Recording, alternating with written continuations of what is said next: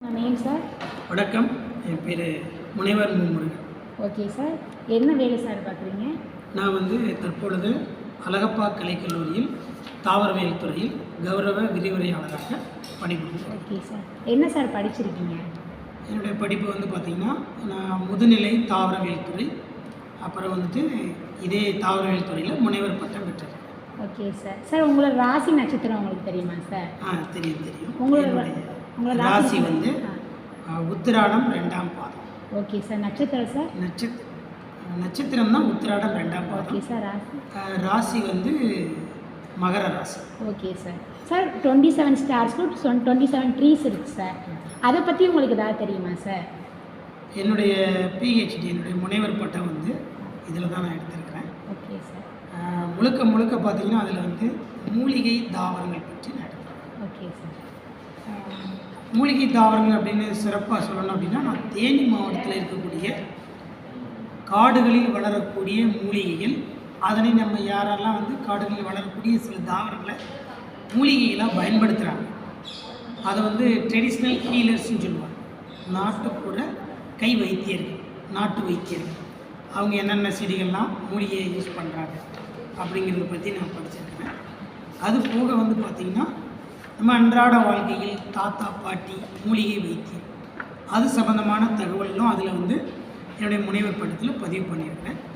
இது போக இந்த மூலிகைகள், காடுகளில் இயற்கையாக காணப்படக்கூடிய மூலிகைகள் எவ்வாறு சுரண்டப்படுகிறது, அழிக்கப்படுகிறது அப்படிங்கிறத பற்றியும் அதில் தகவல் சொல்லியிருக்கிறேன்.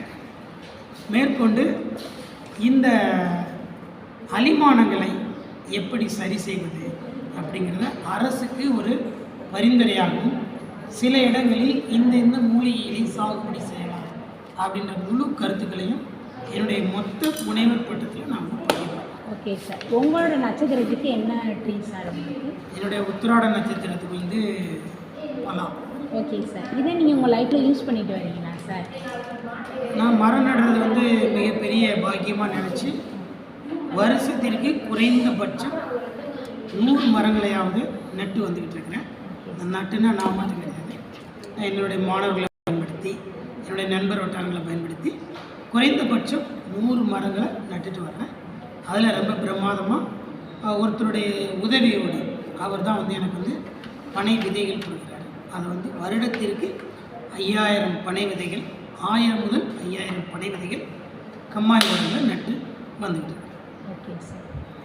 சார் இது நீங்கள் நம்புறீங்களா சார்? ஸ்டார்ஸ்க்கு ஒரு ட்ரீ இருக்குல்ல சார், அது ஒர்க் அவுட் ஆகும் அப்படின்னு, உங்கள் ஹெல்த் இஷ்யூ, அப்புறம் அந்த மாதிரி நம்மளோட நல்லது நடக்கும், அந்த மாதிரி நீங்கள் நம்புறீங்களா? நான் ஆரம்பத்தில் எனக்கு இதை பற்றியெல்லாம் உடன்பாடு கிடையாது.